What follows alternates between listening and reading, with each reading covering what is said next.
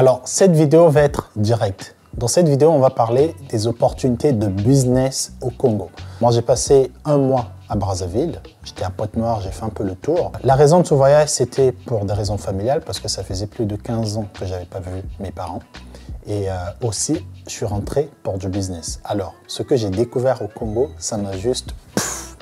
J'étais impressionné de voir les différentes opportunités de business qu'il y a sur place. Et je me dis, en fait, pourquoi les gens n'en parlent pas? Mais je sais pourquoi on n'en parle pas. Parce que chez nous, en Afrique centrale, parce que j'étais aussi au Cameroun, on a souvent ce truc de se dire que il ne faut pas en parler, il ne faut pas qu'on soit nombreux à le faire. Et je pense que c'est une grosse erreur parce que à se dire toujours que parce que je suis parti, j'ai payé mon billet et c'est moi qui ai découvert ces opportunités-là, je ne veux pas le dire à d'autres personnes. Je ne veux pas que d'autres personnes profitent de cette opportunité. Il faut savoir qu'on peut tous les deux ou on peut tous partir au Congo, mais chacun de nous ne verra pas exactement les mêmes opportunités. Donc dans cette vidéo, je vais te partager 3 idées de business qui vont juste révolutionner ton compte en banque. Franchement, littéralement. Ok? Allez, c'est parti. Je ne suis pas le type de personne qui va te dire que tu as besoin de rien pour arriver à 1 million. C'est pas vraiment le but de la vidéo. Le but de la vidéo, c'est de te montrer concrètement combien tu peux te faire tous les jours à Brazzaville avec ces 3 idées de business. Ces 3 idées de business concernent 3 types de personnes. Vous allez remarquer que ce n'est pas la même force de frappe. La première idée de business, c'est d'ouvrir une salle de jeu. Alors, je sais que tu vas dire, ouais, mais Christin, franchement, tu as fait un mois au bled, c'est ce que tu me conseilles. Oui, je sais. Mais il faut savoir que, comme beaucoup de pays en Afrique, la jeunesse, elle est dynamique. Et surtout pendant les périodes de fête, là ça va être bientôt les vacances, si tu lances une salle de jeu. Et quand je dis une salle de jeu, c'est pas n'importe quelle salle de jeu. Et ça, c'est souvent l'erreur de beaucoup de se dire que parce que c'est le Congo, parce que c'est l'Afrique, je veux prendre une petite PS3 que j'ai chez moi, je veux envoyer là-bas. Non, non, non.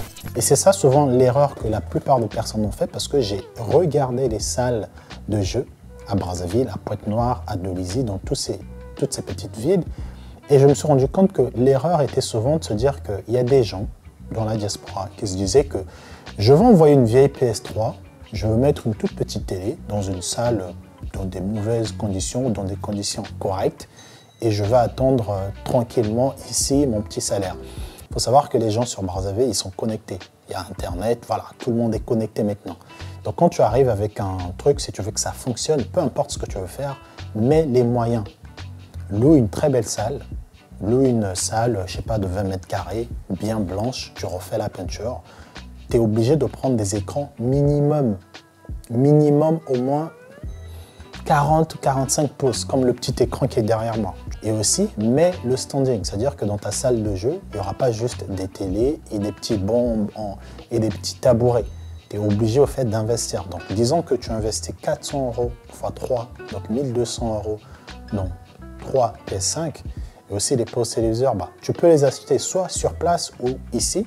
Tu peux acheter des postes téléviseurs à occasion sur le bon coin, pareil à 60 ou 70 €. Avec 2000 €, tu peux commencer à investir. Et crois-moi, quand je te dis 2000 €, je te dis ouais mais Christin, c'est quand même beaucoup. Moi je suis étudiant, j'ai pas grand chose. Mais regarde, tu vas me dire que oui, mais passe aux choses les plus intéressantes. Combien je me fais avec une salle de jeu? Alors avec la salle de jeu, il faut se dire que c'est possible que tu te fasses au moins minimum 20 000 francs CFA tous les jours. 20 000 francs CFA. Alors 20 000 francs CFA, ça c'est vraiment le minimum. Ça dépend aussi de quel endroit tu situes ta salle. Ça dépend aussi de ce que je disais tout à l'heure. Ça dépend du standing de ta salle. Il faut se dire qu'en dehors des jeux, tu peux aussi mettre un petit frigo. Tu peux mettre une machine de glace. Tu peux même faire des gaufres. Il y a tellement des possibilités au fait de faire de l'argent. Moi, à chaque fois que je voyais des grandes salles de jeu et il n'y avait que des postes téléviseurs et rien d'autre, mais je me disais, mais les gars, les personnes qui attendent, les personnes qui regardent, qu'est-ce qu'ils font? Et ce qui est bien avec la PS5, c'est qu'actuellement, il n'y a pas beaucoup de personnes qui en ont. Tu peux vraiment les compter. Quand tu es à Brazzaville, tu peux vraiment compter les salles de jeu qui ont la PS5.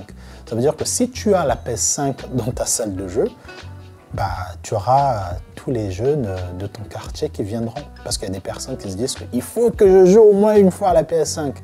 Et vraiment là, c'est vraiment juste 20 000 francs, c'est vraiment le minimum. Et 20 000 francs, on est à environ si on divise ça, on est environ à 30 € par jour. Je sais que tu vas dire, ouais, mais franchement, 30 € par jour.